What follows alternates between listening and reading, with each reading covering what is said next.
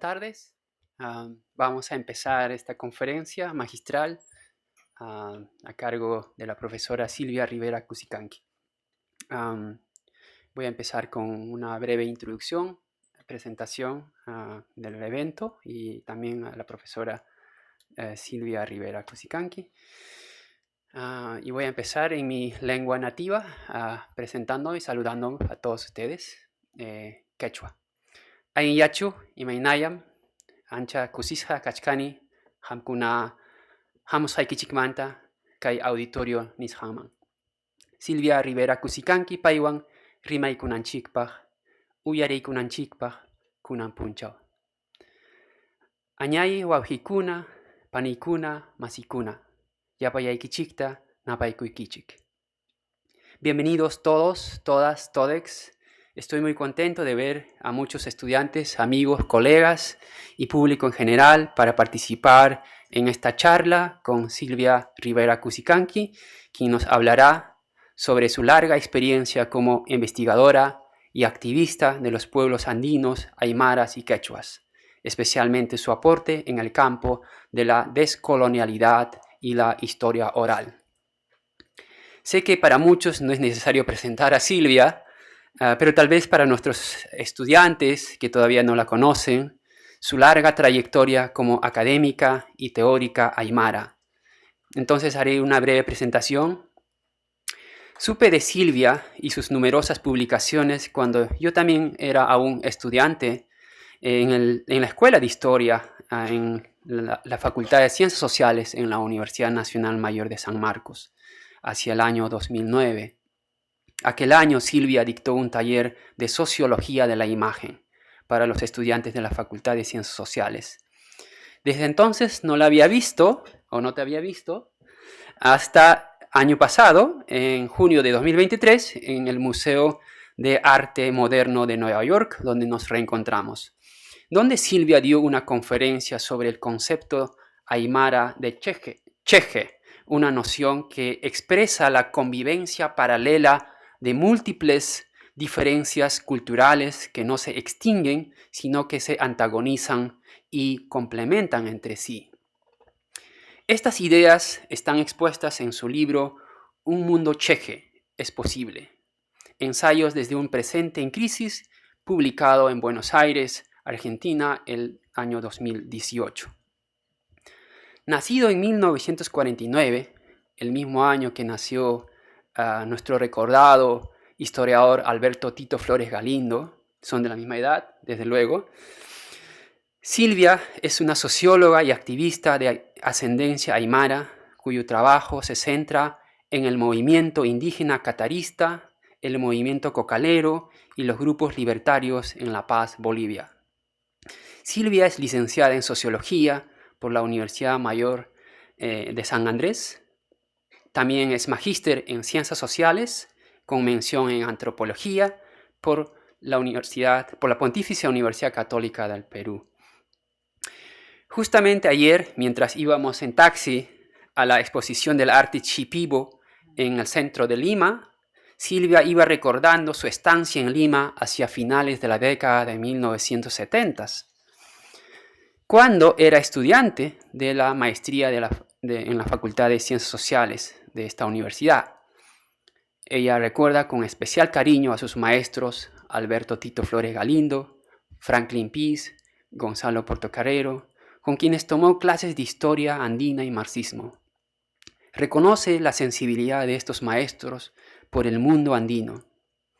Hoy día, Silvia es profesora emérita de la Universidad Mayor de San Andrés y podemos hablar mucho sobre sus contribuciones teóricas, metodológicas y temáticas al desarrollo de la historia oral y el activismo campesino indígena. Silvia fue directora y cofundadora del Taller de Historia Oral Andina, más conocido como la TOA, también del colectivo Coca y Soberanía y del grupo de activistas culturales denominado el Colectivo Cheje desde el año 2008. Con este colectivo, Silvia ha editado 5 números de la revista del mismo nombre, impartió cursos en diversas universidades de las Américas y en Europa, Es autor de más de 10 libros y numerosos artículos. Entre sus libros figuran Chignacaks Utsiwa on Practices and Discourses of Decolonization, que la tenía por aquí, que salió hace poco, 2020, en inglés, obviamente. Y también es autora de Violencia Recubiertas en Bolivia. En el 2012 salió este libro. También Vircholas, Trabajo de Mujeres, Explotación capitalista u opresión colonial entre las migrantes aymaras de La Paz y El Alto. Este libro salió en el 2002. Y Oprimidos, que es el libro más conocido, Oprimidos pero no vencidos, Luchas del campesinado aymara y quechua de Bolivia, 1900-1980. La primera edición salió en 1986. Y Los artesanos libertarios y la ética del trabajo, publicado primera vez en 1988 por el Taller de Historia Oral Andina, que acaba de ser reeditado por una editorial chilena y están aquí justo. Boliviana. Es boliviana, perdóname. Es editorial. La editorial boliviana. Piedra Rota. Piedra Rota. Acaba de salir hace un mes. Hace meses, hace 2 meses. Ok, 2 meses. Y bueno, está aquí justo a la venta. A quienes están interesados, por favor, hacia el final de la conferencia pueden adquirirlo. Bueno, hoy Silvia está aquí con nosotros para hablar sobre el potencial epistemológico y teórico de la historia oral a partir de las historias orales que Silvia ha venido recogiendo a lo largo de su vida, asociadas con la vida cotidiana de los obreros, campesinos y indígenas, así como con el trabajo que forjó en el Taller de Historia Oral Andina, más conocido como TOA por sus iniciales, y el activismo académico que aún desarrolla en su colectivo Cheje, en La Paz, Bolivia. Para terminar, quiero agradecer al generoso apoyo del Departamento Académico de Humanidades y a la Facultad de Letras y Ciencias Humanas por hacer posible que Silvia esté presente aquí, y a Estudios Generales Letras por acogernos en este maravilloso auditorio. Ahora sí, damos la bienvenida a Silvia y muchísimas gracias por su asistencia.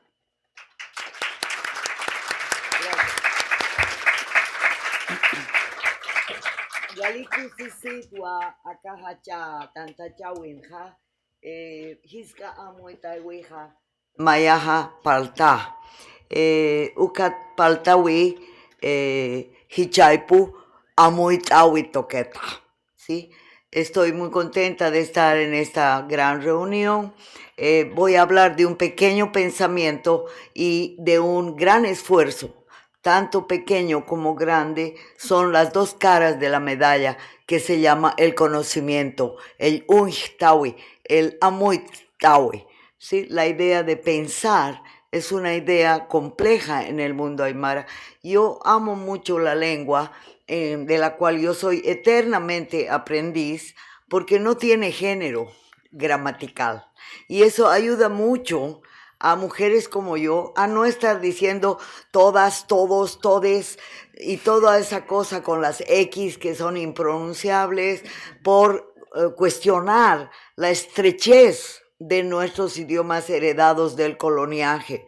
Y por eso el intento, desde ser mujer, de volcar el pensamiento hacia lo pequeño, pero lo pequeño que es relevante. Porque ocurre que en las grandes estructuras nacionales de recuperación de la memoria, siempre, por ejemplo, la arqueología está en busca de grandes monumentos, pero se olvidan de la más fundamental, que son los pequeños detritus, que son los que muestran, por ejemplo, que los basurales de los sitios arqueológicos es donde se muestra qué comía la gente.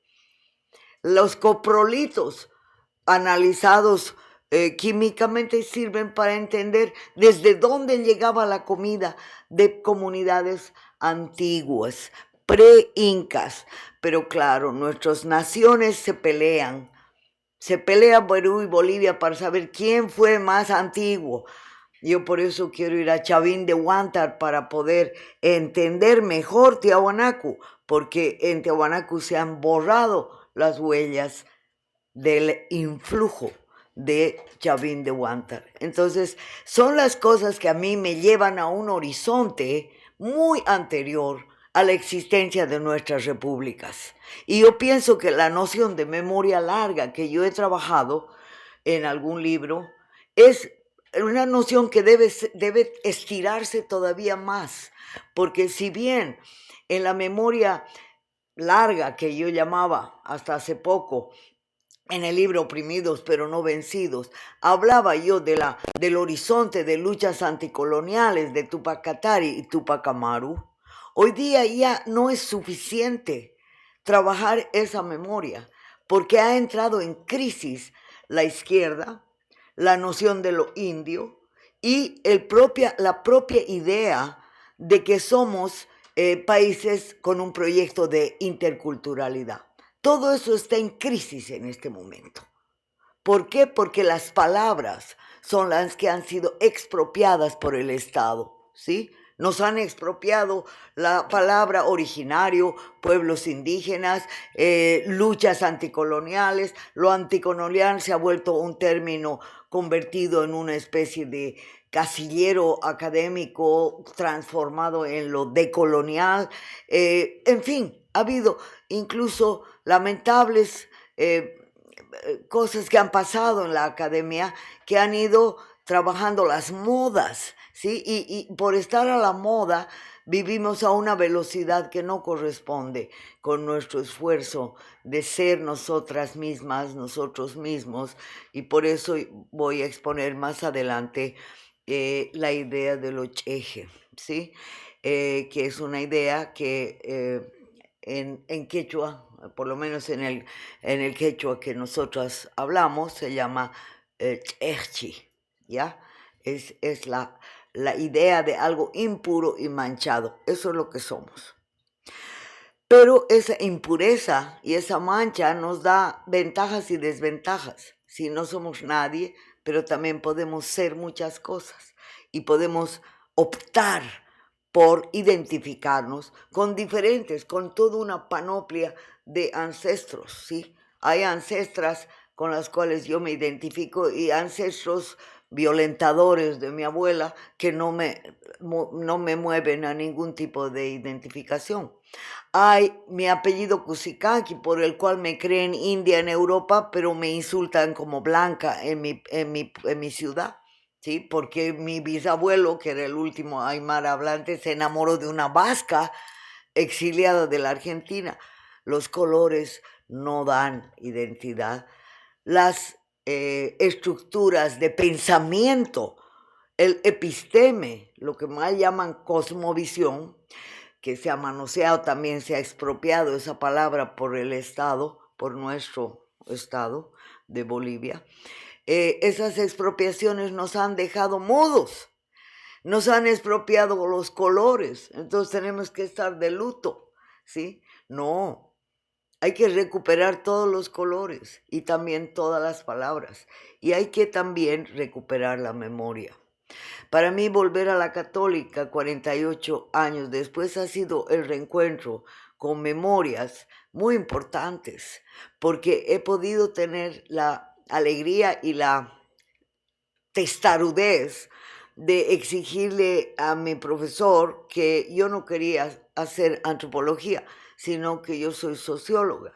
¿Y por qué? ¿Por qué he hecho sociología? Porque a mí me parece que la sociología se podía ocupar de todo. Podía ser una ciencia de la vida, una ciencia del cambio climático, un conocimiento de temas de la identidad cultural. La sociología podía ocuparse de la escritura. Al menos yo ingenuamente he pensado que la sociología era una forma de ubicarnos en un pensamiento que refleja la unidad del conocimiento. El conocimiento no puede ser fragmentado. Hay largas historias de pensamiento disidente, femenino, que no se llaman feminismo. Si podemos recuperar a Sojourner Truth, o que era una negra una mujer afro que nació en una comunidad de hija de esclavos, ¿sí? Sojourner es la viandante, la viajera en busca de la verdad. Me hace recuerdo a Flora Tristán. Era una paria, era una peregrina, Sojourner Truth.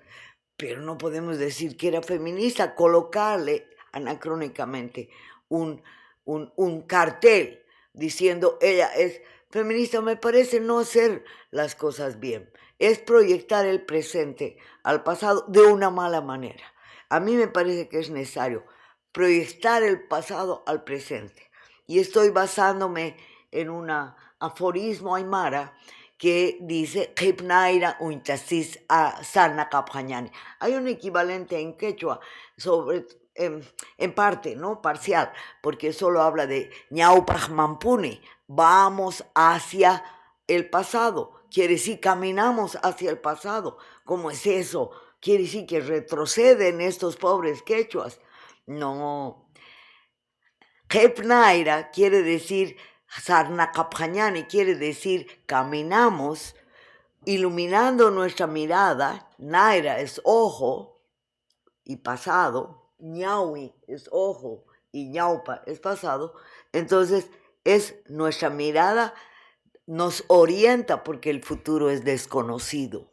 Entonces entendemos al futuro como pasado y al pasado como futuro. Entonces, eso es algo inaceptable por las ciencias lineales de la historia, por los quienes piensan que la historia tiene como si fuera un ferrocarril que avanza hacia el progreso. Estamos muy equivocados. Esas visiones lineales están viviendo la peor de sus crisis y esa crisis todavía nos está llevando a nuestros países, a nuestros lugares, llamémosle. Me gusta la palabra país porque son las 4 primeras letras de la palabra paisaje, ¿sí? Y habitamos más bien paisajes antes que países, ¿ya? Y ese paisaje que yo habito no tiene pues fronteras. Cuando yo subo a la Isla del Sol para mirar la cordillera, estoy mirando, no voy a decir a los achachilas de Bolivia nomás le voy a hacer mi ofrenda de hoja de coca, esos achachilas de Perú no me gusta. No, ¿cómo? La cordillera, los Apus son unos solo, es todo una columna vertebral de nuestra Pachamama. Entonces, nuestra mirada no puede estar marcada por esa camisa de fuerza que se llama el Estado-Nación. Un horizonte muy chiquitito. Para no enojarme con toda esta discusión entre Perú y Bolivia, quién fue primero, si fue Chavín, si fue Tiahuanaco, si no sé qué, que son problemas de los gobiernos y de los estados. Yo recupero un horizonte muy alajito que se llama la Confederación Perú-Boliviana, ¿ya? O sea, derrotada por Chile, pero también derrotada por la oligarquía del norte del Perú. O sea, reconozcamos que hay, a pesar de toda el olvido, la nación nos obliga a olvidar, ¿sí? El nacionalismo es una política de olvido y de recuerdo selectivo. O sea, hay que recordar algunas cosas y olvidarse de otras. Pero resulta que había un tiempito, hace unos años, que se recordaba el etnocacerismo, porque se recordaba Cáceres, porque se recordaba la lucha en contra de la invasión chilena. Y resulta que nos olvidamos de la oligarquía del norte del Perú, que fue también. No fueron los chilenos nomás los que derrotaron a Cáceres, ¿no? Yo me meto en la historia peruana porque considero que mi horizonte es pre-Estado, es anterior al Estado. Entonces, y también para no enredarme en cosas que yo no conozco suficiente como para hablar de la historia del Perú, pero sí he vivido el nacionalismo peruano. El nacionalismo que me niega a mí, como descendiente de aymaras, el derecho a hablar con propiedad, ¿sí? Con conocimiento de causa. Y he bebido pues de la gran mente amplia, cariñosa y ese ser humano maravilloso llamado Alberto Flores Galindo, y también de Gonzalo Portocarrero, que nos ha instruido con una lectura anarquista del Capital de Marx, basada en el fetichismo de la mercancía, que es la cultura del capital. El fetichismo de la mercancía lo estamos viviendo hoy día. Basta ver los letreros, la comida chatarra, el predominio de ciertas marcas, la noción de la marca país, todo lo que nos traduce hacia un universo de sumisión al capital, a los estados colonizadores que siguen viviendo hoy en día y que nos están colonizando no solo la mente, sino también el cuerpo a través del mal alimento, de que el buen alimento se vuelve demasiado caro. O sea, la tristeza de vivir en sociedades en las cuales hemos perdido el control de nuestro cuerpo, de nuestra mente, de la memoria. Entonces, por eso quizás la idea de que es necesario recuperar las disidencias de un pasado bastante largo, ¿sí? Para mí tiene también ese rechazo que yo tengo a la política de identidad que nos mete en casilleros cerrados, ¿sí? O sea, o eres indianista o eres blanco, o eres colonizador o eres colonizado. Bueno, somos colonizadores y a la vez colonizados. Somos indios y a la vez blancos. Somos disidentes, pero a la vez tenemos que conformarnos y hacer buena letra si queremos tener un título en la universidad. Eso no es doble moral. Hay una noción muy linda de la Aymara que es el payachtaña, ¿sí? Hay dos caras de esa noción. Es el pachuima, quiere decir estamos con el alma dividida. Yo me siento culpable de ir a la universidad porque quisiera estar en mi comunidad cultivando papas, ¿ya? Yo me siento culpable de saber inglés porque me interesa mucho el quechua. Eso no está, cuando estoy hablando quechua me siento culpable frente a mi comunidad porque yo sé inglés. ¿Por qué no podemos hablar 5 idiomas? La gente indígena hablaba 5 idiomas con una facilidad increíble. Tenían 5 idiomas en su cabeza.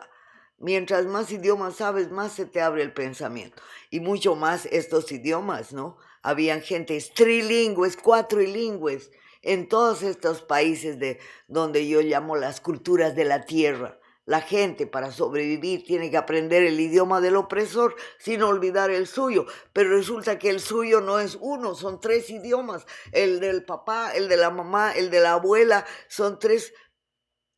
Y si sabemos 4 idiomas, se nos abre el cerebro. Entonces, esas fuentes de mis ideas han permitido que yo pueda metaforizar, interpretar la historia y no solo describirla, encajándola en el molde obligatorio de la historia lineal, de la idea de que estamos en unas etapas, que una herencia que la ha reciclado el marxismo, que la ha reciclado el neoliberalismo, todo se llama progreso, se llama desarrollo, y siempre yo he tenido como un gesto de humor frente a esas cosas, pero a la vez es un humor maligno, es el humor del urtimala, del zorro, ¿sí? ¿Por qué? Porque yo pienso que es necesario, al situar nuestro pensamiento en un lugar, entender el lugar en sus palabras, en sus pensamientos. Y por eso yo pienso en el espacio desde el cual pensamos, ¿sí? Un espacio que de acuerdo a las culturas antiguas de la tierra, incluida la cultura aymara, el espacio es femenino y el tiempo es masculino. Entonces, en la complementariedad del tiempo-espacio, se dan las posibilidades de las homologías interculturales. Muchas culturas piensan que el tiempo es masculino y el espacio es femenino. Bueno, ¿cómo se traduce eso? Se ha estudiado en Isluga, en Chile, se ha estudiado en Carangas, en Bolivia, se ha estudiado también, César Fonseca ha hecho estudios en comunidades acá, donde se ve la plaza como el espacio femenino y la iglesia como el espacio masculino. O sea, el Apu, el Achachila, está articulado con el Malku, la iglesia y la montaña. Entonces, Malku es una palabra que implica iglesia, montaña y Achachila, o sea, deidad indígena. Esa polisemia, esa capacidad que tienen las lenguas propias para desarrollarse, para ampliar su visión e incorporar elementos coloniales, porque iglesia es un elemento colonial. La única iglesia que había era el Ushnu, ¿sí?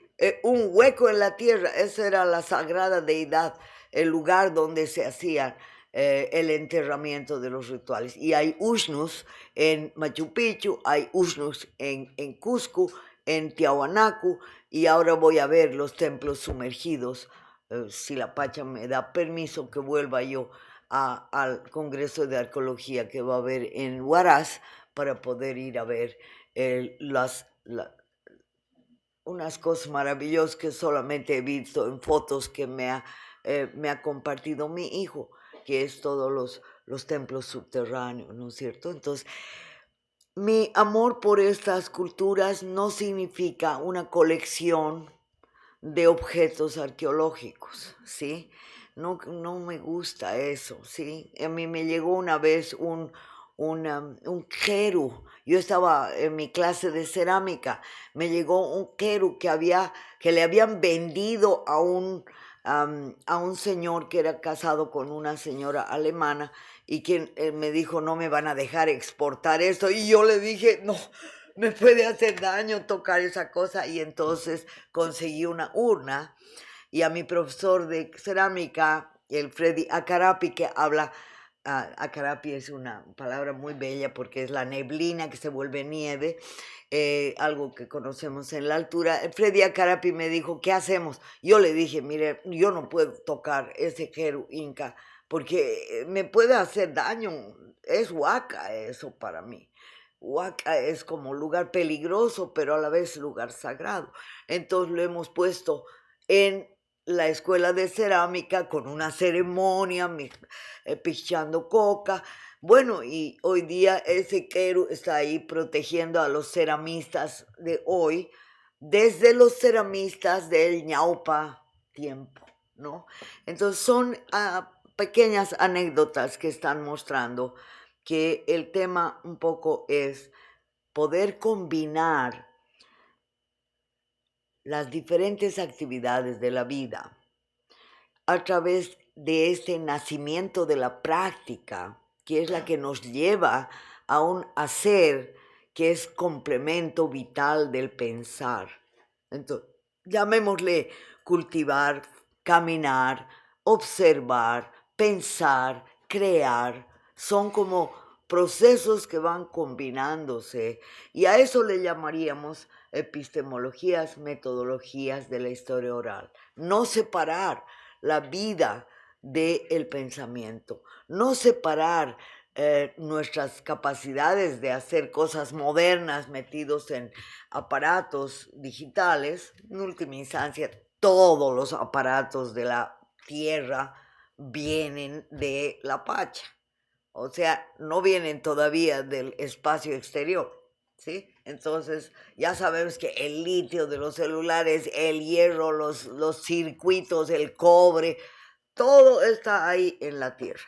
Entonces, es necesario separarse un rato para empezar a descolonizar la mirada y saber también que es necesario reinventar el pensamiento propio, porque han matado a los amautas, a los grandes pensadores, a los filósofos. Según la Irene Silverplatt, las mujeres han huido a los cerros y se han escondido guardando sus saberes. Justamente el ajiahuasi es una de las cosas, este es el ajiahuasi, ¿no es cierto? Mi hija ha hecho el diseño de esto porque hemos reinterpretado el ajiahuasi, ¿sí? Porque no es solo que han escapado, también aún escapadas las han matado simbólicamente. Es decir, han destruido el conocimiento femenino. El ajiahuasi, hay muchos historiadores, sobre todo norteamericanos, que de algún modo las consideraban el, el harem del Inca, el harem de donde el Inca se escogía cada noche una doncella, como en el cuento de las 1001 noches. Falso. Era la universidad de las mujeres, porque lo que se ve en la figura del ajiahuasi de Huamán Poma de Ayala es una vieja enseñando a tejer a jóvenes, a hilar, la base del tejido es el hilado, enseñando a hilar y después ya hacían los tocapus, porque se ven los tocapus y se ven todos los diseños de los uncus que luego se convirtieron en ponchos, etcétera, etcétera. Y hoy día se venden al mercado turístico. Pero el descubrir que fue una universidad de las mujeres es una hipótesis. Yo no tengo pruebas. Ya han destruido las pruebas. Por eso es que a través de la sociología de la imagen, de la historia oral, lo que yo hago es llenar los huecos de la memoria con hipótesis que no se van a probar nunca, porque precisamente el rato que se prueban estamos en el sistema universitario europeo. O sea que hay que demostrar una verdad. ¿Acaso la verdad no es cambiante? ¿Acaso una verdad es la única? ¿Acaso no hay 2, 3, 4 versiones del mismo hecho en un trabajo de recopilación de testimonios? ¿Cómo puede haber una versión, sola una versión, de una masacre como la que Teresa Oré, mi compañera de la universidad, recuperó de una comunidad donde los mataron al prefecto? Entonces, los amigos del prefecto tienen una versión y los que mataron al prefecto tienen otra versión. Y lo importante es que se recuperen todas las versiones. La tierra de los mataprefectos le decían a esa comunidad porque hubo y había un canal del Inca. Yo no me acuerdo bien, era en la costa central. Pero me parece que por haber nosotras trabajado desde el colegio una cultura que nos convierte en pensadores unilaterales, unilineales, incapaces de abrir los ojos, abrir los oídos hacia una historia que está al mismo tiempo detrás y delante nuestro. Nos hemos cerrado a la posibilidad de revertir este colonialismo. Y para mí, por ejemplo, hay una hermandad entre el quechua y el aymara, ¿sí? Y el lingüista Cerrón Palomino habla de quechumara. Yo realmente reconozco eso porque 30% del léxico es igual. Por eso yo me he olvidado el quechua, un capscani quechuata. ¿Por qué? Porque yo hablaba bastante bien el quechua. Mi papá hablaba el quechua muy bien. Cochabambino, él descendiente de una familia sefardita expulsada de España en el siglo XVII y de un pueblucho de provincianos, pero era un señor de ojos claros. Entonces para mí esas paradojas me llevan a vivir la ambigüedad, la ambivalencia de tener la piel blanca, hablar aymara, amar mucho las culturas andinas, tener un respeto muy grande por la hoja de coca y a la vez tener, bueno, no soy ni siquiera magíster, a ver si puedo recoger por lo tanto no estoy dando una charla magistral, ¿no? Entonces, pero bueno, si logro recoger por ahí, mi título existe, aquí hace muchos años. Es la primera oportunidad que tengo de venir con pasajes pagados, porque yo no voy a venir para recoger un papel, no, que no me sirve para mucho. Ahora ya soy jubilada, ya no sirven esos papeles, pues ya no, me han botado de la universidad, me han botado del país, me han botado al exilio. Y esa experiencia de vida, lejos de inclinarme hacia una postura de víctima, me han dado más fuerzas para poder seguir pensando y para, lo más importante, para entender que el pensamiento cambia. Porque en las peñas folclóricas cantamos, cambia, todo cambia, pero no nos rehusamos a que cambien nuestras ideas. Y es una pena porque tenemos que cambiar cada vez, porque yo me echo una gran autocrítica. La autocrítica es fundamental. El libro Oprimidos pero no vencidos, luchas del campesinado, Quechua Aymara de Bolivia, en 1980, estaban ausentes las mujeres, en parte por una realidad durísima, porque ese libro comenzó en la noche, en la clandestinidad, yendo a asambleas secretas en el altiplano. ¿Por qué? Porque estaban los entonces luchadores del catarismo, eh, es muy el detalle histórico no lo puedo contar, pero estaban, o sea, no por razones de censura, sino porque es muy complicado, pero estaban ellos resistiendo el golpe de Banzer, una dictadura que a mí me llevó a la cárcel y al exilio, y a la vuelta del exilio yo pude entrar en contacto con ellos haciendo un trabajito de campo con la intención de entender mi historia en el lugar donde nacieron mis tatarabuelos. Ahí yo me fui a hacer un poco de mirar qué era esa historia. Por supuesto que me encontré con unas historias mucho más interesantes que la de mi tatarabuelo. Y entonces me puse a trabajar con los cataristas, con el movimiento catarista. Pero eran asambleas nocturnas, clandestinas, donde íbamos de noche para hacer reuniones para un poco revertir el pacto militar campesino. Estábamos viviendo una dictadura militar de 7 años. Entonces ahí no iban pues las mujeres. Eso no justifica que yo haya omitido a las mujeres. Es una autocrítica. Yo misma fui borrada en el proceso. O sea, y me he recuperado de esa borradura de la memoria haciendo una autocrítica de ese libro. Entonces me parece que el gesto autocrítico es una forma también de formular un pensamiento cambiante para una sociedad cambiante, para historias cambiantes, porque la valoración de la historia es distinta en cada época. En un momento dado, Gonzalo Portocarrero nos hizo leer El Capital. Hoy día es un irrisorio, nadie lee El Capital, es decir, qué mamotreto, ¿quién se va a meter con esa cosa? Bueno, me quitaron todas las fichas que yo hice acá, pero no me han quitado mi memoria. Me quitaron los milicos, me quitaron mi tesis de maestría. Mi tesis de maestría era la historia larga de Pacajes, de la tierra donde nacieron mis tatarabuelos. Y me quitaron, pero no me quitaron la memoria.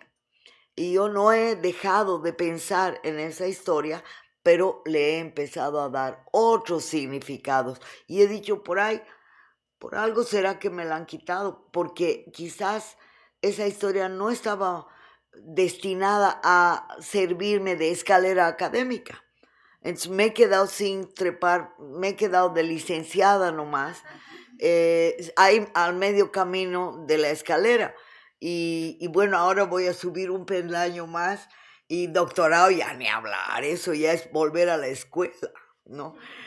Como ya soy jubilada, no necesito y tengo la posibilidad de hacer la cátedra libre, o sea, la libertad del pensamiento, ¿Qué es lo que a mí me ha llevado a ser iconoclasta, conana, cuestionadora y una persona que no acepta cualquier verdad preconstituida y tiene que más o menos desentrañar si funciona o no funciona?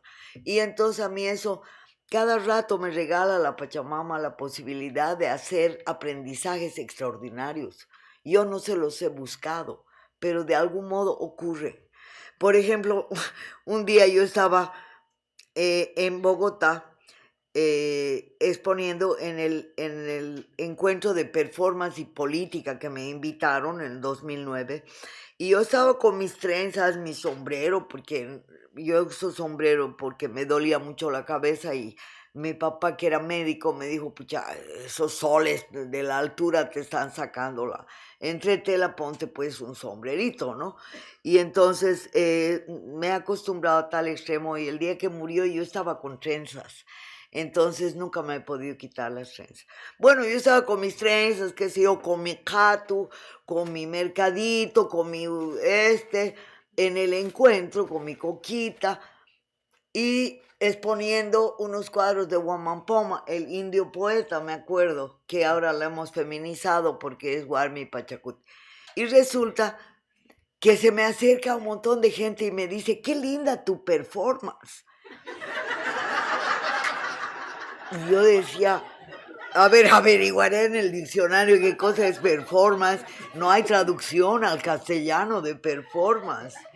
Entonces a los performeros yo les llamo accioneros, porque si les digo accionistas se puede, se pueden como enredar las palabras. Bueno, resulta que yo había resultado performer sin querer, queriendo, como dicen en Bolivia, ¿no? Entonces, yo dije, no, entonces, en las dictaduras hay que hacer arte, hay que hacer performance. En los tiempos duros, el arte es un refugio. Y el arte siempre va más allá. Yo me he dado cuenta de eso por cosas maravillosas que yo he visto de gente de abajo que hace arte. He visto la explosión de los chipivos. He visto cosas que me han abierto los ojos de cómo puede un pueblo sobrevivir a través del arte. Que le auspicie fulano, mengano, perengano, eso es secundario. Lo que importa es su pensamiento. Y en muchos sentidos hay arte contestatario de diferentes calibres, ¿sí? Por ejemplo, en Colombia se hace mucho arte a partir de la hoja de coca. Y a diferencia de Bolivia, donde bastó que llegue un cocalero al gobierno para que se acabe nuestra campaña de la coca y soberanía, donde teníamos trabajo muy fuerte con gente de Perú, de Cusco, de Colombia, pueblos indígenas de Nazas, los Nazas, gente que hacía productos de coca. Hoy en día se consume la harina de coca y la coca en Colombia más que en la universidad estoy hablando. No estoy hablando de en los rincones rurales, donde siempre ha habido coca, ¿no es cierto? Coca de consumo. Porque yo he llegado en el exilio a Colombia y dije, ay, yo estoy antojada de hojita de coca, les digo. Me dice, ¿cómo? Pues te lo puedo conseguir un sobrecito, me dice. Oye, pues le decían coca a la cocaína y yo me he desayunado de esa verdad terrible. Y entonces cada que hablaba tenía que decir, ay, que quisiera hoja de coca, hoja de coca. Se me volvió hasta complicado escribir porque yo no podía decir coca. Y cuando fui a Estados Unidos a estudiar, dije coca en el buscador de y salió HB, el código del Thesaurus de la Biblioteca del Congreso, y era criminalidad. Ese era el lugar donde habían colocado todo estudio. Y había un estudio que se hizo en el Instituto Indigenista de México que se llamaba La Coca, Tradición, Mito e Identidad. Y habían, creo que Enrique Mayer, no me acuerdo, que Baldomero Cáceres, gente de aquí de Perú, aportó con trabajos y estaba clasificada en la criminalidad.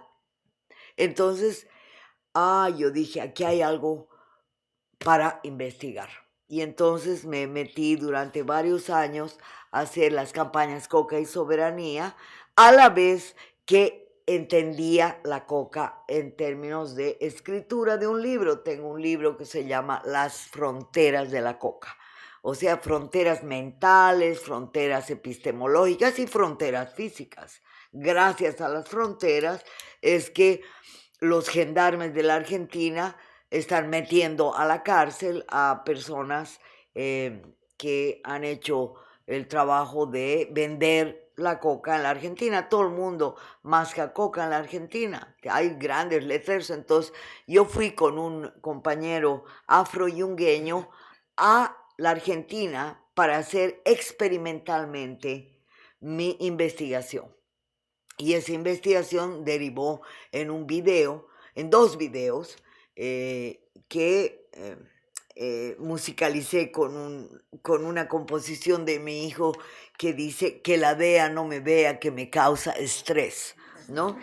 Y entonces esa uso también, ¿no? De la multiplicidad de fuentes, de la posibilidad de usar de lo moderno con lo tradicional, de la escucha a través de la historia oral, pero también del montaje, porque para mí el tema no está en escuchar y transcribir, sino también en hacer un montaje de los testimonios. Y eso es lo que hace en el cine, eso es lo que hace Renzo.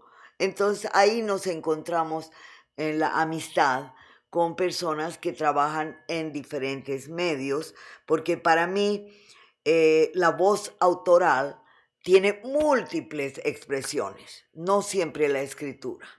El montaje ya de por sí crea una voz autoral, porque este libro se ha hecho a base de un montaje de testimonios y los viejos compañeros anarquistas que han sido los que hemos entrevistado para ellos, nos han dicho no podemos firmar ese libro porque no es nuestro, ustedes tienen que seguir la huella de nuestra lucha, porque a ellos fueron diezmados, era un anarquismo cholo, de pollera y bombín, de gente que ha trabajado de cocineras, eran cocineras anarquistas, vendedoras de flores anarquistas, comunarios aymaras anarquistas. Yo he hablado con ellos. Y eso que nadie me cree, todavía ha venido un regalo más de la Pacha, que es que uno de los fundadores del anarquismo paceño era un indio, cara de indio por lo menos tenía, Domiti la pareja, costurera, y Luis Cusicanqui, mecánico, que fundaron el primer centro obrero libertario. Entonces la Pacha me ha dado la posibilidad de identificarme con ese pariente y no con los caciques coloniales Cusicanqui que eran explotadores de su propia gente. O sea, gracias a la Pacha he tenido la posibilidad de recuperar una memoria de luchas laborales, de gente que hace las cosas a mano, de que trabaja la tierra, además de los libros, y eso me ha inspirado muchísimo. Entonces, autocrítica, múltiples fuentes, y hay 2 cuestiones que voy a cerrar un poquito esta charla, porque quiero dialogar un poquito con ustedes, ¿no? La noción del umbral.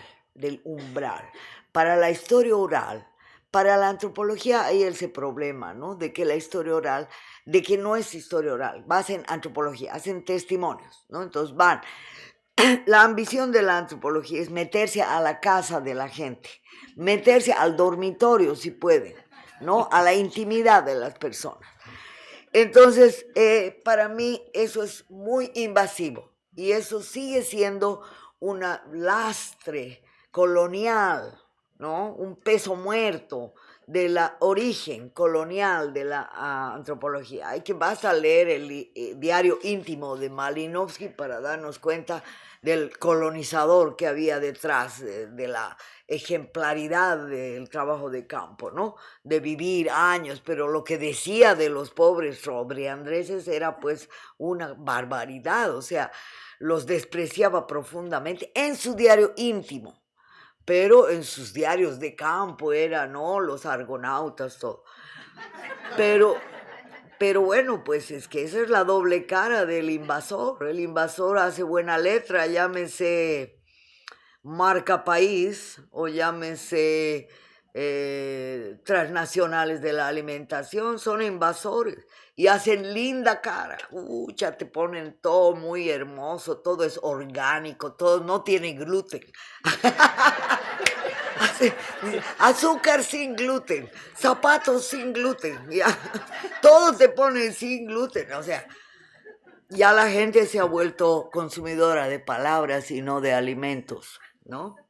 Entonces, mirar, escuchar, compartir la comensalidad en el umbral de las casas, cuando alguien sale de la casa a dar encuentro a la visita y cuando la visita llega con algo y dice mancasiñanía, cultasiñanía, jalparicuso, ¿ya? Y entonces te van a responder en Aymara, paisuma, ¿no? Si somos dos, estamos bien. O más lindo todavía, te van a responder en quechua, urpilla y soncollay. Mi corazón aletea como urpi, como palomita. Eso se llama gracias, decir gracias. Entonces, hay que escuchar, compartir en el umbral de las casas. Eso ha hecho Guamampoma, ha hecho historia oral Guamampoma. Ha hecho Martín Chambi. Basta ver cómo la fotografía colonizadora interesa al colonizador mostrar el indio agachado, el indio encorvado. Martín Chambi al mismo cargador lo muestra erguido, ¿no? Lo muestra sonriente, erguido, orgullosa. ¿Por qué? Porque él mira de igual a igual. Gamaliel Churata escribe poesía en Aymara. Ha vivido toda su vida en Bolivia. Ha venido a morir a Lima, pero ha vivido toda su vida en Bolivia. Gamaliel Churata forma parte de la gente de mi corazón. Pero había también un indio que escribió, un aymara, que escribió la historia de los Estados Unidos, Vicente Pasoscanqui, nacido en el siglo XVIII, ni bien se enteró que en 1776 se estaba armando la Tole Tole en el norte, se viajó no sé cómo, entre barco y por tierra, en burro, y llegó para atestiguar a Thomas Jefferson y escribió la historia de Estados Unidos. Por supuesto, el mariscal Andrés de Santa Cruz, Cala Humana, descendiente de la última cacica de Huaki, indio, le llamaban el cóndor indio, derrotado por la oligarquía del norte del Perú y por el sur de Bolivia, cuando se forman las naciones que nos dividen, nos separan, crean las fronteras desde las cuales se hace la corrupción, el tráfico de todo tipo de sustancias. Y bueno, yo voy a terminar con una pequeña anécdota de la cual me he nutrido ayer, porque cuando yo vine a Lima hace 48 años, me llamó la atención profundamente que en la Plaza San Martín, yo no sé qué tiene que ver San Martín ni con la historia del Perú ni con la de Bolivia, sé que se han juntado con Bolívar para repartirse no sé qué, pero la Plaza San Martín me llamó mucho la atención, porque hay una estatua de mármol. Sabemos nosotros que las estatuas de mármol de Carrara las traían de Europa. ¿no? Y hay pues historias del nacionalismo que son irrisorias, ¿no? La estatua de Pedro Domingo Murillo se les confundió en el barco y es un torero español. Nuestro héroe de la independencia es un torero español. Obviamente nadie va a ir a cambiar la estatua porque la original no se sabe dónde fue a dar, ¿ya? Pero entonces tienen que aferrarse a las mentiras, ¿no? Entonces la Plaza San Martín tiene una estatua donde hay una llama parada encima de bronce, parada encima de una estatua de mármol. Y yo veía esa llama y decía, qué raro que en Lima, que yo la vivía, es una ciudad muy virreinal, muy opresora. A mí me decían Cuchicanca, ¿no? O sea, los policías una vez, yo estaba andando en bicicleta muy de noche, y me agarraron, ¿no? Y yo, Cuchicanca, decían, asado de chancho, decían, de mi apellido Cusicanqui, ¿no? Entonces, yo no sabía suficientemente idiomas como para rebatirles, ¿no? Me dejaba oprimir calladita. Pero la Plaza San Martín tiene su llamita en la cabeza, ¿no? En una estatua. Entonces, yo dije, lo andino se entró a esta ciudad virreinal. Era premonitorio de lo que iba a suceder años después, que lo han siempre pensado como si fuera un tsunami, como si fuera una invasión, la invasión, un maremoto, la llegada masiva de migrantes, ¿no es cierto? De migrantes de Ayacucho, de todos los lugares afectados por la violencia. Pero en esa época no se sabía nada de eso todavía. Lo único que era que había unas peleas campales entre diferentes izquierdas. Cuando yo quería entender qué pasaba, no entendía mucho, ¿no? Pero entonces yo me tuve que inventar una historia para hacer compatible mi sensación de rechazo a lo andino en la Lima virreinal y la presencia de esa llama auquénido, camélido, lo que le llamen, parada en la cabeza de una estatua de mármol de Carrara, que era una suerte de homenaje a la libertad. ¿Ya? Entonces me inventé la siguiente historia, ¿no?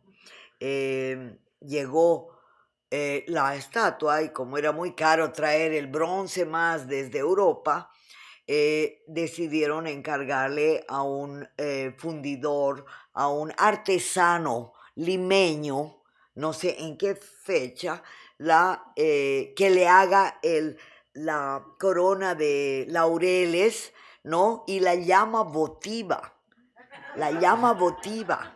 Y entonces el artesano decidió hacer lo que él entendía que era llama y puso una llamita ahí arriba. Ahora, ¿por qué el alcalde de entonces no quitó esa llama diciendo que voten ese animal satánico? Porque seguramente dijo, esta es una oportunidad de afirmar la peruanidad. El Estado-nación peruano tiene que incorporar toda la fauna y la flora y todo eso de la etnohistoria, ¿no? Y entonces yo dije, en lugar de castigarlo al artesano, seguramente lo felicitó y asumió tragando amargo el hecho de que la llama también estaba presente en esta ciudad andina, virreinal, marítima, playera, y para mí era como una reivindicación porque a los aymaras les decían llamas, ¿qué te llamas? Llama. Habían chistes de crueldad, decir, no somos llamas, el movimiento de caciques apoderados, sobre el cual hicimos toda una historia. Hicieron todo un evento de acercamiento al Congreso Eucarístico en el año 38 para decir, no somos llamas, somos gente.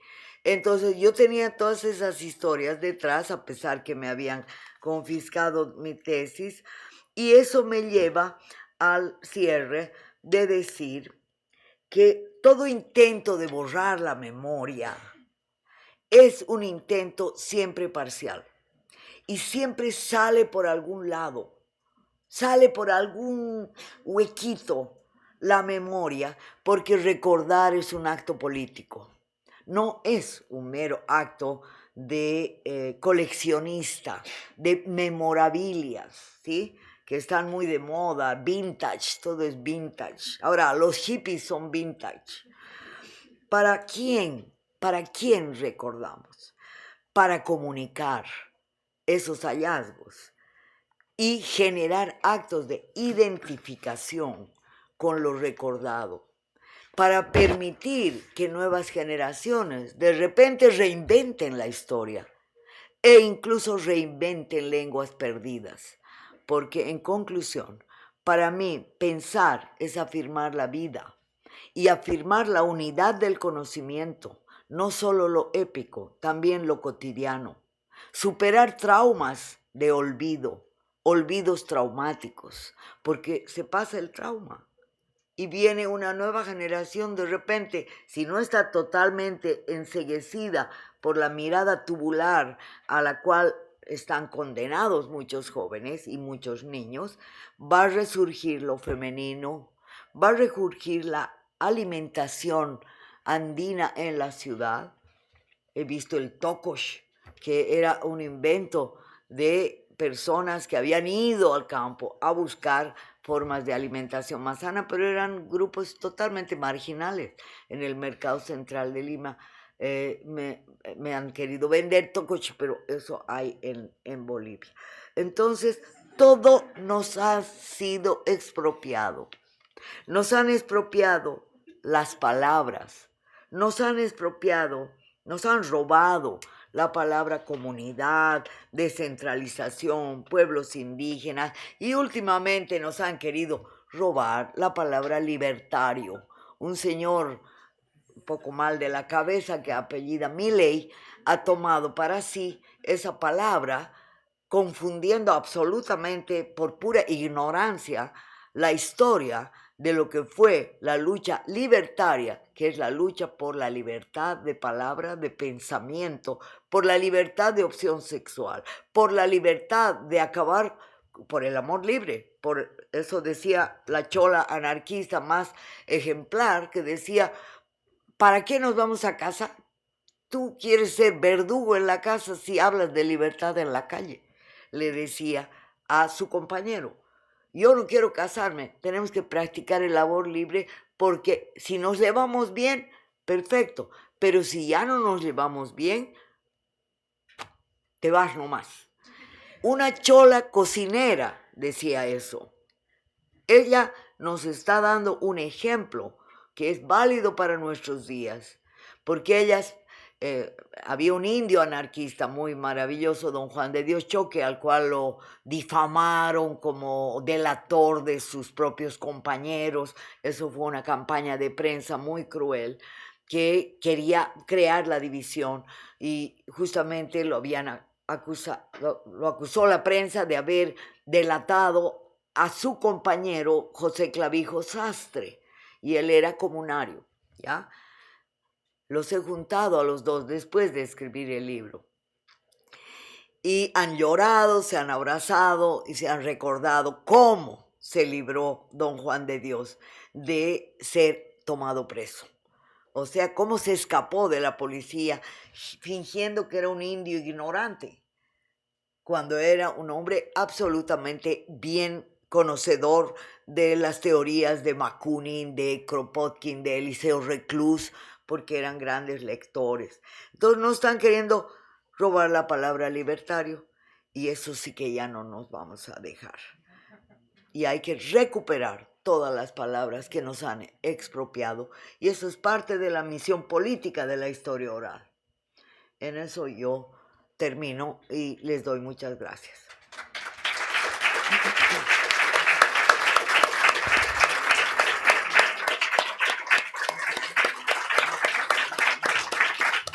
Podemos quizás hablar un poco con algunas preguntas, pero tú me tienes que traducir la pregunta. Esa me la tienes que repetir, porque si es muy lejos no veo los labios. Ok. Bueno, muchísimas gracias, Silvia. Abrimos para las preguntas, comentarios y por favor, si pueden hablar fuerte. Silvia, para reconocer las preguntas, necesita leer los labios. Entonces, mejor si se paran y así Silvia los puede verlos. Sí, a mí el COVID me ha dado 2 veces y milagrosamente he recuperado el olfato gracias al COVID, pero he perdido el oído. Eso muestra que todos los cuerpos somos diferentes y a mí me ha afectado en una baja capacidad auditiva. Bueno, entonces vamos con las O preguntas. con micrófono también Sí. pueden hablar. También. No sé si tenemos micrófono. O si no, si se pueden también acercar, ¿no? O si no, vos me lo traduces, pues. Ok, bueno. ¿No ves? Entonces empezamos contigo y A después ver, con si no Carmen. entiendo, te pregunto. Fuerte, por favor. Sí. Sí. Usted comentó que su papi fue de origen sefaradí. ¿Cómo? Usted comentó que su padre fue de origen sefaradí. Sí, sí, sí. Y lo que quiero saber es si dentro de la tradición judía sefaradí ha habido alguna influencia para sus trabajos en historia oral. Bueno, no ha sido pues mi papá directamente, más que el hecho de que él hubiera sido una persona iconoclasta absolutamente amplia.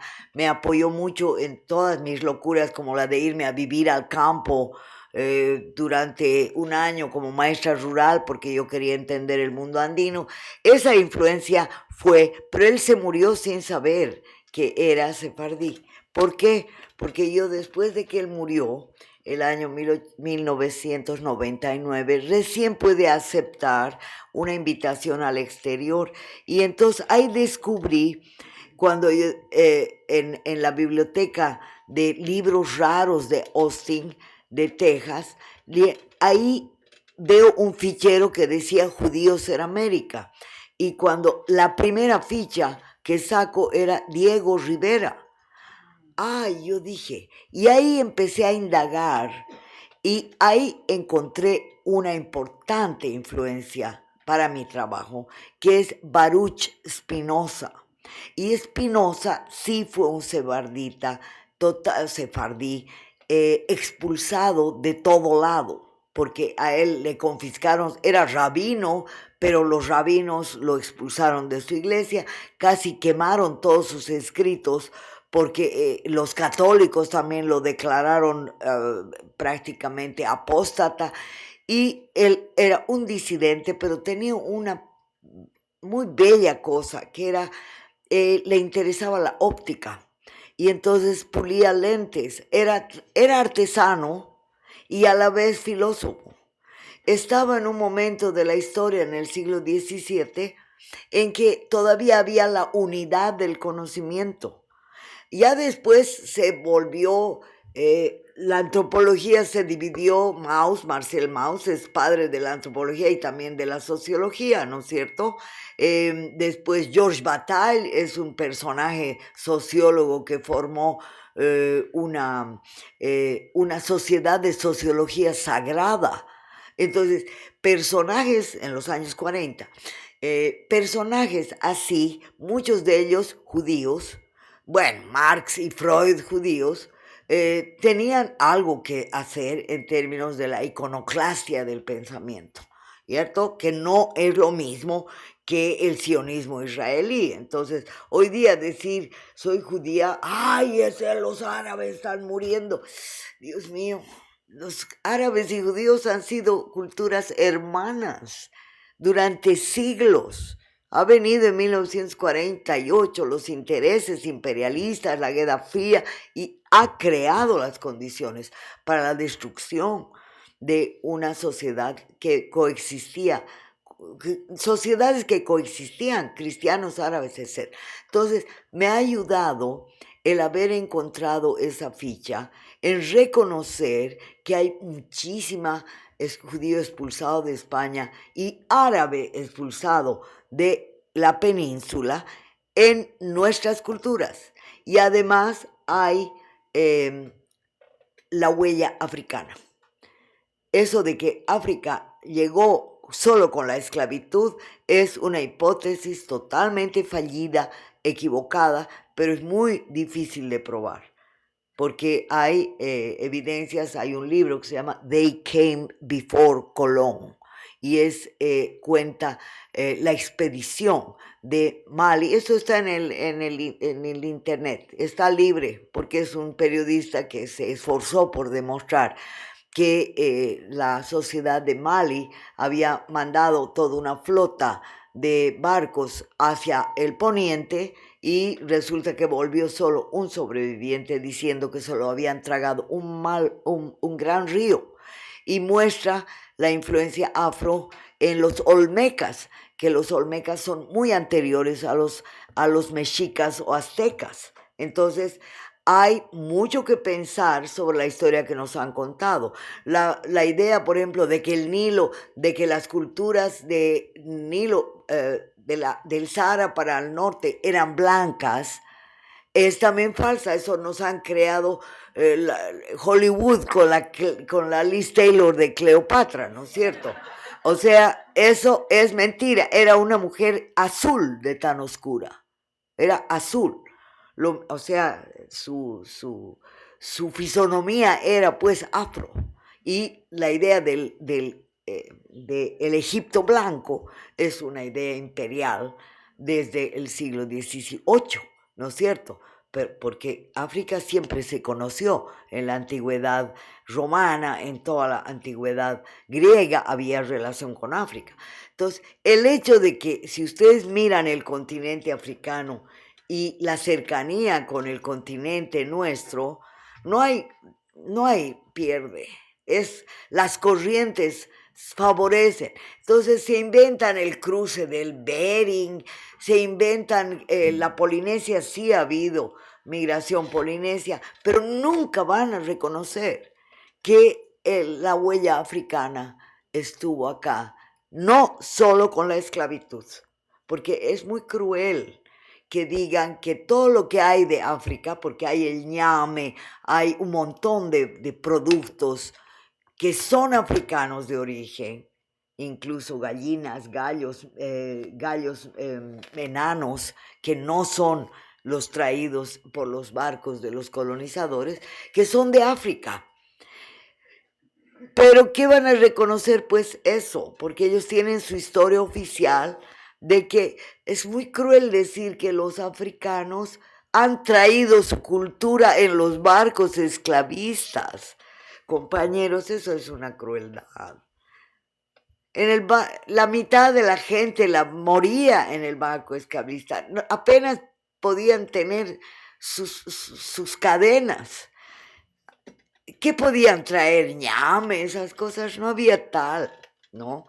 Entonces, para mí, esas historias de crueldad, que son las que nos enseñan, se pueden reinventar a través del arte, a través de la imaginación.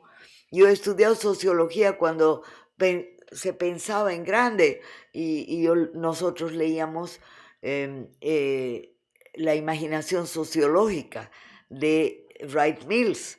Entonces, para mí, asociar la imaginación con la sociología es lo que me atrajo a estudiar sociología. Por eso yo te digo, sefarditas, árabes y culturas africanas de del Nilo y de Sub-Sahara han llegado a América y nos han fertilizado con sus aportes, de tal modo que tenemos raíz africana, raíz árabe, raíz judía en nuestro continente, y que debemos entender que eso no es incompatible con las raíces aymara y quechua y amazónica. O sea, tenemos culturas de la tierra en nuestra sangre. Yo defino como culturas de la tierra. Esa es mi respuesta, un poco complicada, pero no es solo los sefarditas, ¿no? La casualidad que yo no puedo negar pues mi pinta de judía. No ve por mi nariz, por toda una serie de factores de mi fisonomía, ¿no? También vasca, también de todo un poco, sí. Carmen. Sí. Muchas gracias por la conferencia. Yo soy Carmen Ilizarbe, antropóloga y politóloga, profesora de ciencia política. Y un poco pensando cuestiones políticas, me interesa este planteamiento de pensar en términos de un horizonte largo, ¿no? Que nos lleva más atrás del inicio de la República, pero más atrás de la colonia y más atrás de los incas también. Sí. Pero ese no es un derrotero, digamos, en el Perú uno puede ver cómo también desde el Estado y desde discursos que se inscriben muy bien en el capitalismo, también hay ese esfuerzo por agarrar el horizonte largo. Por ejemplo, la marca Perú, con su P, ¿no? Que toma de las líneas de Nazca, digamos, va a ese horizonte largo para reconstruir otra vez un discurso político integrador en el siglo XXI para el capitalismo neoliberal del siglo XXI. Entonces, ¿cómo navegar esas dificultades? ¿Cómo repensar una identidad cheje? Yo también pienso que es esta forma de repensar las posibilidades de la mezcla, ¿no? Más allá del discurso de lo mestizo, etcétera, tienen mucho potencial, pero igual suceden en un campo disputado por un sentido que tiene que abrirse más, ¿no? Yo tengo mis raíces en Ayacucho, en el sur de Ayacucho, en Puquio, y lo reconozco y sé que mucha gente puede repensarse en esos términos. No es habitual, pero ¿qué rutas se pueden explorar para ir más allá de los confines propiamente indios o indígenas o de pueblos originarios y recuperar el espacio cheje de la mezcla como un potencial político hacia adelante? No, es una pregunta muy fundamental, ¿no? Todo tenemos que disputárselo al Estado, al capitalismo neoliberal depredador, porque no es el mercado. O sea, no es que haya habido culturas premercantiles, como si lo premercantil fuera anterior a lo postmercantil y si llegamos a lo más antiguo no había mercado. Ha habido circuitos de intercambio y esos circuitos de intercambio usaron diferentes recursos para registrar los intercambios.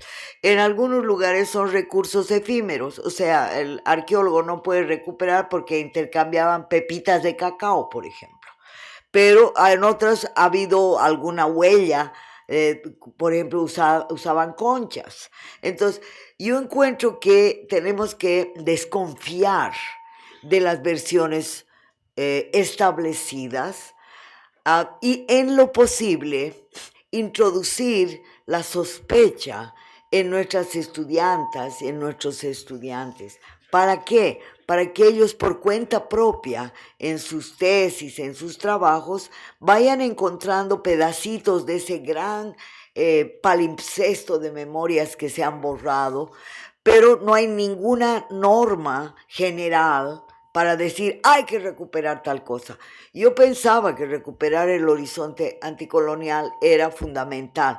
Ahora que se lo ha hecho y se ha puesto Tupac Katari vestido como Evo Morales o Evo Morales vestido como Tupac Katari, además con un gorro que era la cuadratura del círculo, según John Ells, que es ese gorro que es cuadrado con...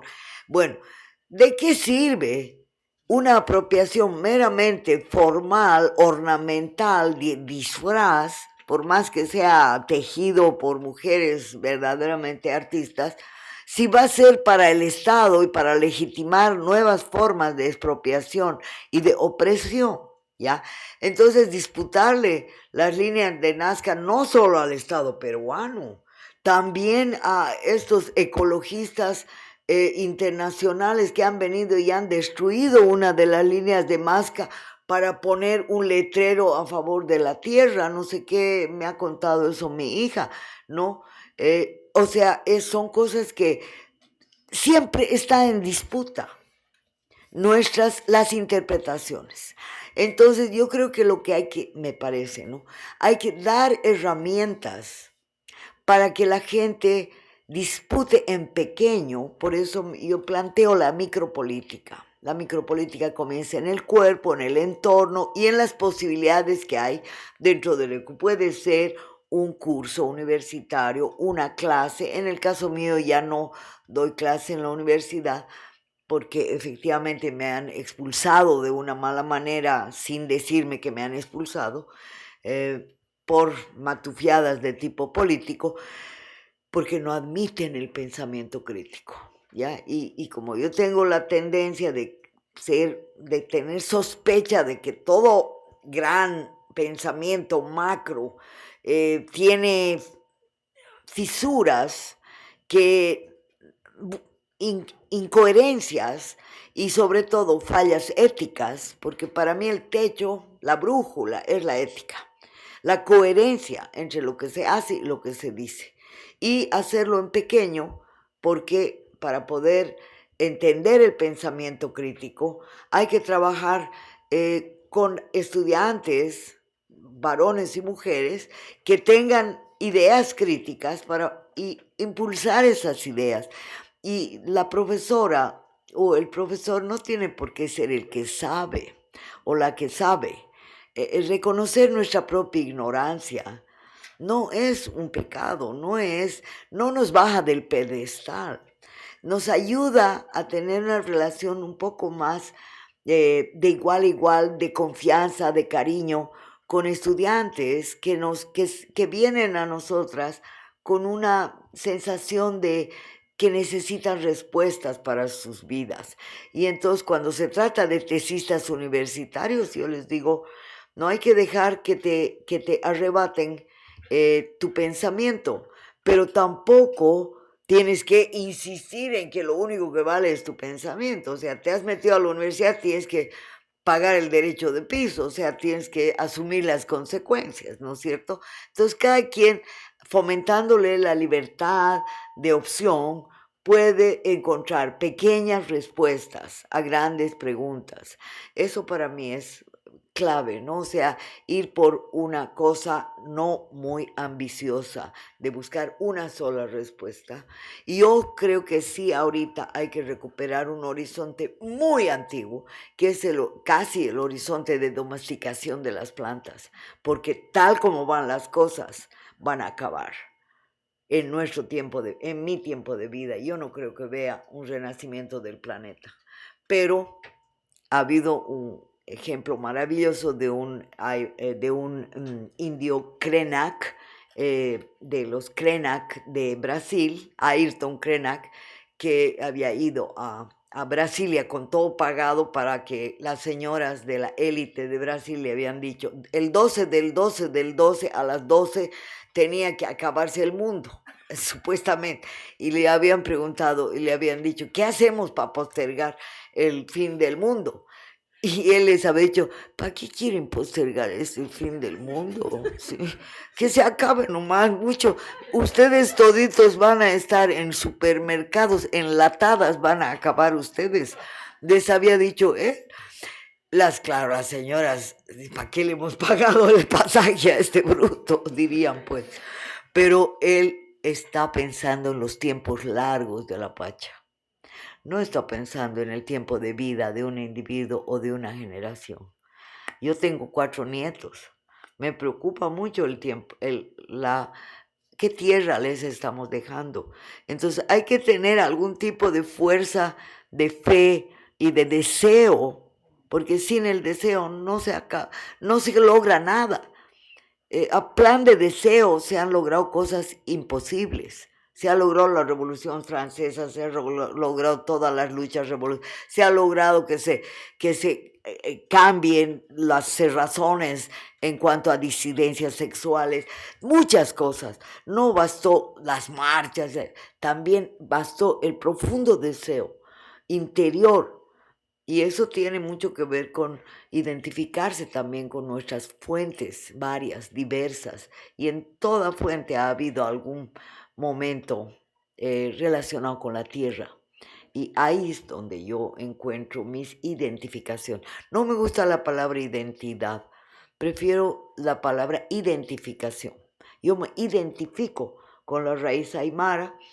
Y por mi padre, que ha sido un personaje muy generoso conmigo, que me ha dado las posibilidades de la libertad de pensamiento y además hablaba quechua, era un provinciano, me he identificado con la raíz sefardita, pero cada quien tiene sus opciones.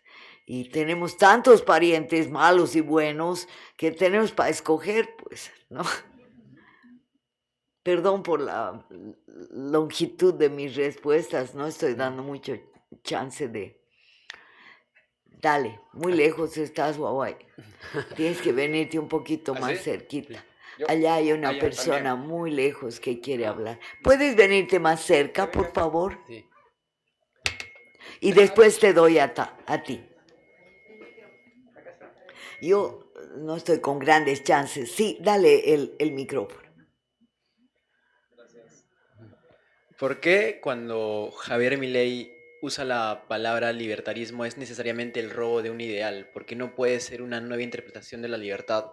No necesariamente la única, porque según el enfoque de Javier Milei, libertarismo vendría a ser el respeto irrestricto al proyecto y al prójimo. O sea, ¿por qué es un robo? ¿Por qué no es una nueva interpretación? Claro, es que hay muchos neologismos en nuestra vida política, ¿no? Se dice neoliberalismo al liberalismo. O sea, ¿qué de neo tiene el liberalismo? El liberalismo es la libertad del mercado y la liquidación del Estado. Ese es el liberalismo.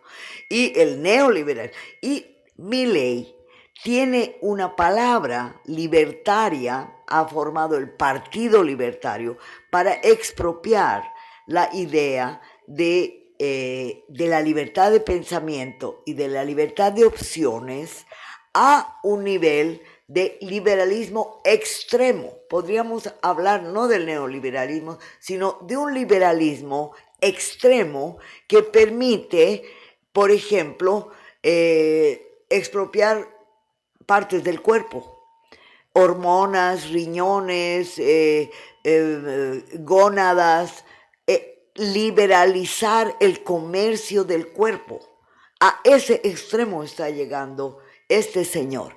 Eso no es ser libertario, es expropiarnos a los anarquistas. Yo soy anarquista. Desde que he recuperado la noción del fracaso del Estado, yo he tenido fe, he querido que haya cambios, he votado por Evo Morales, pero el día que empezó Evo Morales a reprimir a los indígenas del trópico, ahí se acabó, ¿ya? Para mí, la confianza en el Estado. Entonces empecé ya a un nivel micropolítico a generar prácticas libertarias, prácticas de libertad de opción, de libertad de pensamiento y de pluralismo, de debatir en lugar de matarse entre. O sea, ese es el problema, que las luchas políticas llegan a lo que llamamos en Bolivia la champaguerra, la guerra entre iguales, entre oprimidos.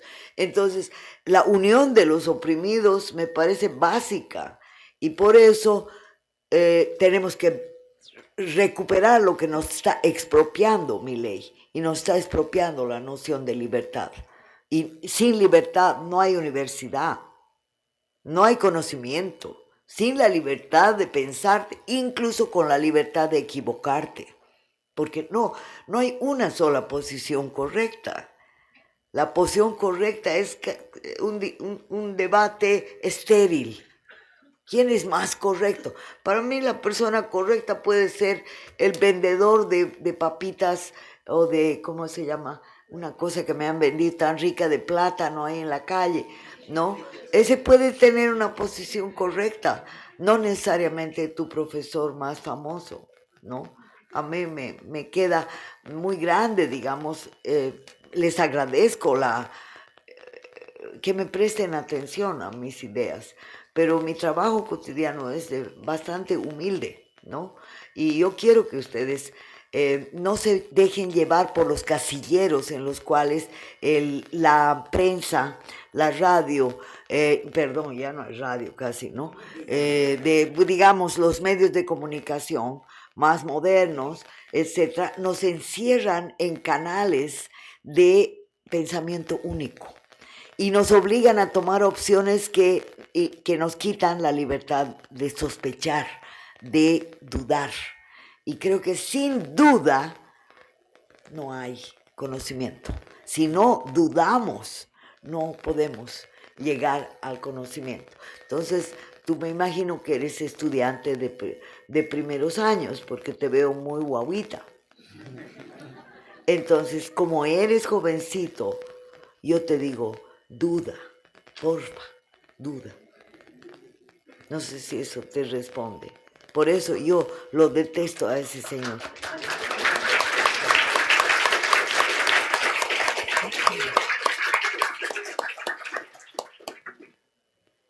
Ahí hay, allá y acá y allá. Creo que Se van Alfredo a tiene- tener que venir aquí, Sí, amorosos. Yo sí, tengo 75 años y se me ha bloqueado un poco el Aquí adelante hay sentido más del asientos, oído. pueden venir. Gracias Pero, por pero, el trabajo que se están dando, sí, pero pero adelante, ya no Alfredo. Sí. oigo bien.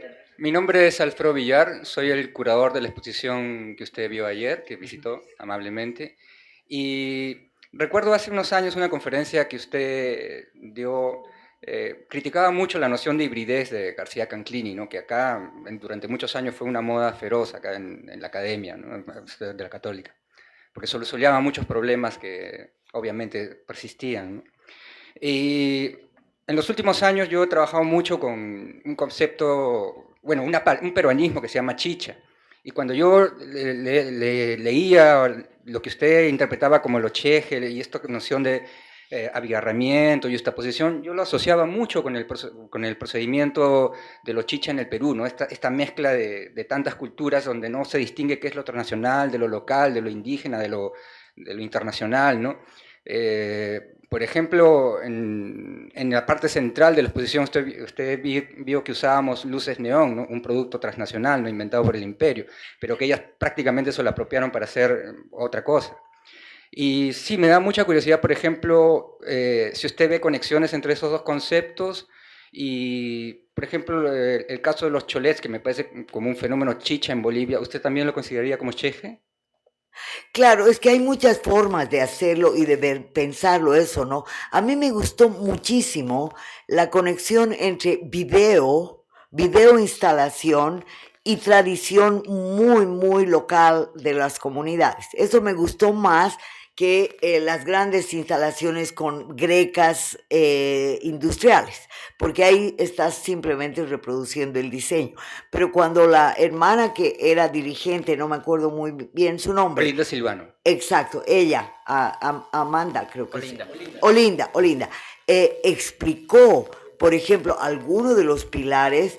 Ahí yo me quedé muy, muy encantada por ejemplo, el tipo de animales que había, mantarrayas, explicó el significado del floripondio. Entonces, en contexto, me parece que había una multiplicidad de potencialidades, algunas muy florecientes y otras un poco cosificantes, ¿ya? Y que eso es parte de la realidad. O sea que lo indio está condenado a entrar en esquemas preestablecidos por el arte, por la ciencia, por la antropología, y el esfuerzo de escapar de eso lo han tenido claramente los compañeros Ronnie y Olinda. O sea, claramente hay un uso muy astuto del espacio. Y eso me parece un arte en el cual su curaduría y la autenticidad, la belleza y la modernidad del pensamiento de esas personas ha sido una sinergia muy positiva, ¿no? Porfa, no se vayan, cómprenme un poco de libros. Estoy perdiendo clientes. Por aquí. Sí. Sí.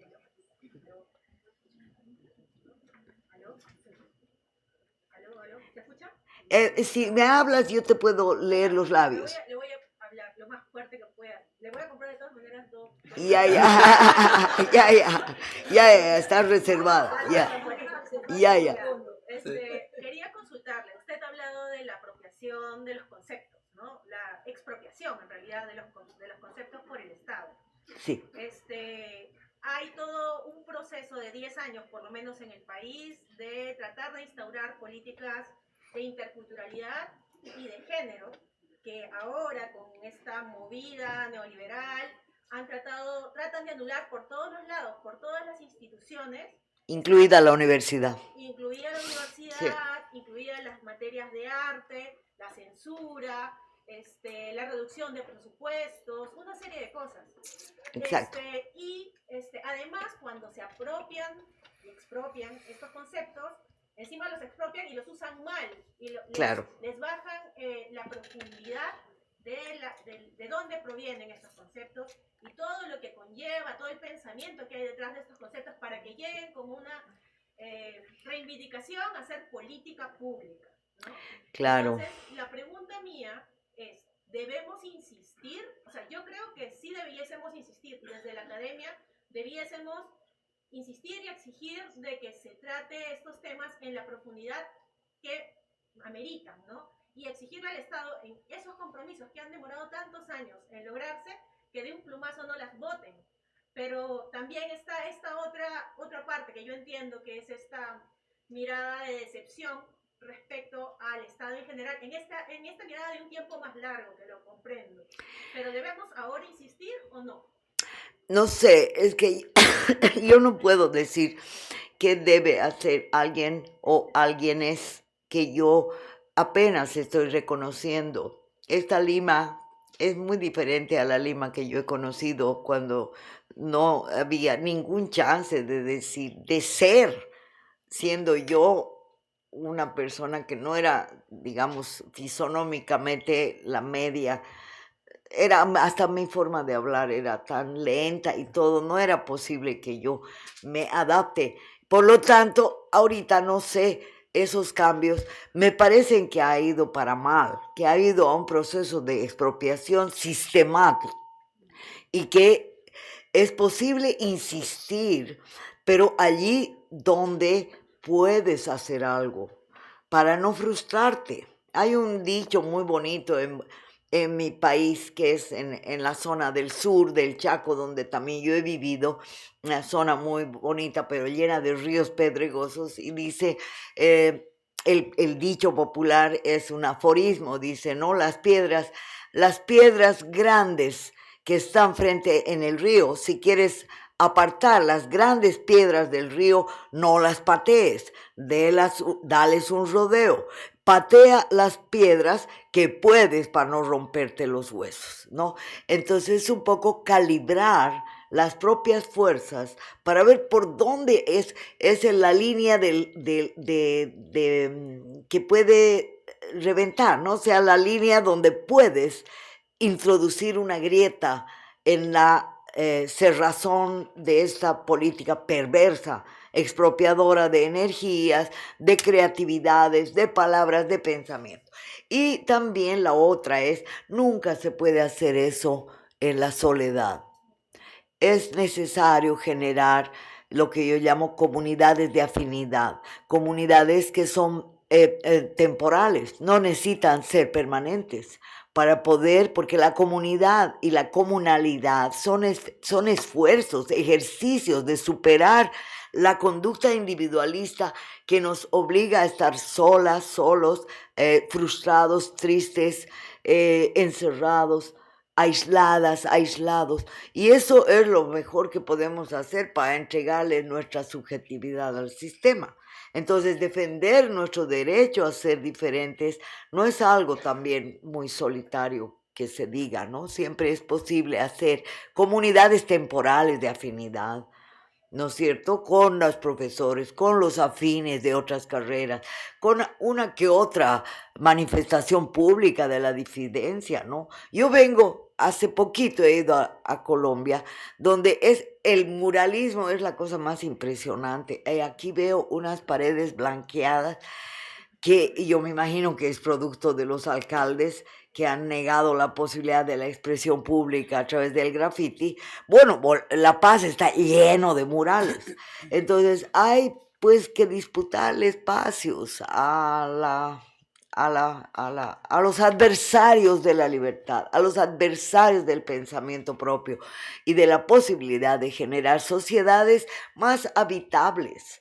Porque por último de lo que se trata es no de un vivir bien como gran consigna estatal, eso ya lo hemos vivido, ya nos hemos frustrado, ya nos hemos desayunado de que eso era pura bla bla. Entonces hacerlo. O sea, viviremos bien, mejor, lo posible. Y aquello posible siempre está a la mano si es que superas la desconfianza, el desamor, el aislamiento, la competencia a que te obliga el sistema. Y bueno, pues hay formas de, en vez de competir, hay que compartir. ¿No ve?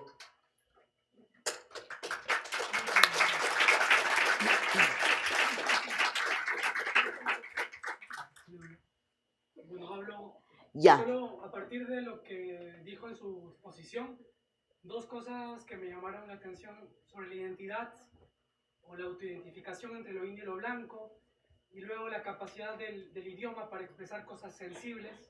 Mi pregunta es si es que usted ha tenido un acercamiento a la obra de José María Arguedas en el Perú y cuál ha sido esa experiencia suya. Me gustaría que la comparta. No, a mí me gusta muchísimo el zorro de arriba, el zorro de abajo, todas las sangres. Me he leído muchas de las novelas, me ha desarrollado mucho el pensamiento Arguedas, pero es que yo quiero decirte con respecto a las lenguas una cosa muy importante que es también parte de mi experiencia, ¿no? Yo tengo colección de diccionarios de lenguas indígenas de todos lugares, ¿ya? De quechua, de aymara, de todos los idiomas, ¿ya? Vocabularios, etcétera, incluso de guaraní, ¿ya? Y yo siempre miro 4 palabras para saber cómo se traducen cuando son diccionarios que explican, no solamente que te dicen la palabra, ¿no? Que te dan ejemplos, ¿no? Como el de Félix Laime. Hay varios diccionarios en Perú que son interesantes, pero hay uno en Bolivia que es particularmente bueno, del quechua. Entonces, ¿yo qué hago? Digo, pensar, vivir, mirar y caminar. Son las 4 palabras. Te abre increíblemente el pensamiento mirar esas 4 palabras, porque te vas a dar cuenta, o sea, son 4 palabras que yo les... Pensar, mirar, vivir y caminar. Y bueno, un día me dijeron, a ver, ayúdanos compañera a presentar nuestro diccionario guaraní. Y yo le dije, yo no sé una jota de guaraní. No, es que sabes muchas cosas, no sé qué, me convencen. A ver, presten el diccionario. Y veo pensar, ¿ya? Pía nemongueta. ¿Qué es eso? Pía es hígado. Pensar había sido expresar tus ideas con el hígado. Y eso es muy parecido al chuimachtaña de la Aymara, ¿no? El amuitaña, que es el pensar con las entrañas. O sea, la gente indígena, las culturas de la tierra, piensan con las manos, con los pies, con la vivencia, con el estómago. Hay neuronas, eso me ha explicado mi papá. Y también un compañero de Chile que vino a la Cátedra Libre. Hay neuronas en todo el cuerpo, en el intestino grueso hay neuronas. Entonces, la medicina alopática nos ha separado el cuerpo en cabeza. Este es el pensamiento, es de aquí para arriba. No, a ver, cuando te enamoras no tienes pensamientos del estómago. Bueno, son pensamientos que a la vez son deseos. Esa mezcla es la que vivimos en nuestro cuerpo. Y por eso a mí me gusta mucho buscar diccionarios y saber poquito de una otra lengua te abre las posibilidades de pensar. Y eso también ha hecho pues Arguedas. O sea, ha sufrido mucho por la imposibilidad por el dolor de no poder expresar del todo, porque el zorro, los 2 zorros son de Huarochirí, de una cosa extraordinaria que pasó en el Perú, que es que por fin supimos que había otras culturas y no solo los incas, los betanzos y los cronistas que solamente estuvieron con élite, varones y de una capa muy pequeña de historia. La historia más profunda está en Huarochirí. Entonces, todo eso aprendizaje. ¿Y qué es eso? Una novela. Entonces, novela, pintura, arte, todo da lugar a la posibilidad de que tú escojas un menú, si quieres tú, de pensamiento para vivir bien, para sumas camaña, allin causa y algo propio que no se expropie por el Estado, porque el Estado no te lo va a hacer tu tarea. Tú por ahí se lo haces su tarea al Estado, eso sería fregado, pero no te lo va a hacer el Estado tu tarea. Entonces hay que hacer nuestra propia tarea. Ese es mi consejo sincero de profesora disidente. Hay una pregunta al fondo. ¿Puedes venir hacia adelante mejor, Pri?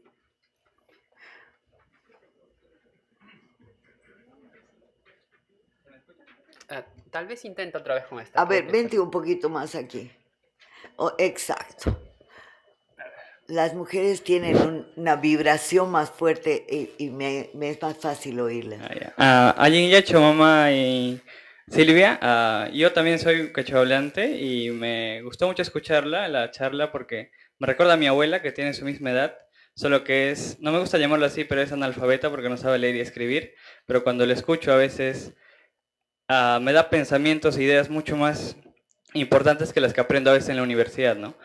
Pero en esa línea había leído su libro sobre Un mundo cheje es posible, entonces me gustó mucho y una parte que me llamó la atención es de cómo este término de movimiento social homogeniza muchas como acciones colectivas, ¿no? Ujú. Y justamente en esta universidad estudiamos mucho protestas y movimientos sociales y quería preguntarle si estos son conceptos europeos que no nos permiten como a comprender la realidad que es. ¿Cómo se podría estudiar esto, no? O sea, desde la academia, Claro. ¿cómo podremos estudiar? Esa era mi pregunta. Claro, es que hay que ver varias genealogías, ¿no? Y brevemente les voy a terminar, antes de que se me desaparezca el público. Voy a terminar brevemente con una idea, ¿ya? Y es que hay que mirar genealogías, tanto las propias como las ajenas. La genealogía de movimientos sociales es Alain Touraine, ¿ya? Y Alain Touraine lo dijo eso en un momento específico para entender la Francia del 68. O sea, no es que hay que entender las cosas en su contexto. Ya lo que fue válido para un momento no puede generalizarse para todos los momentos.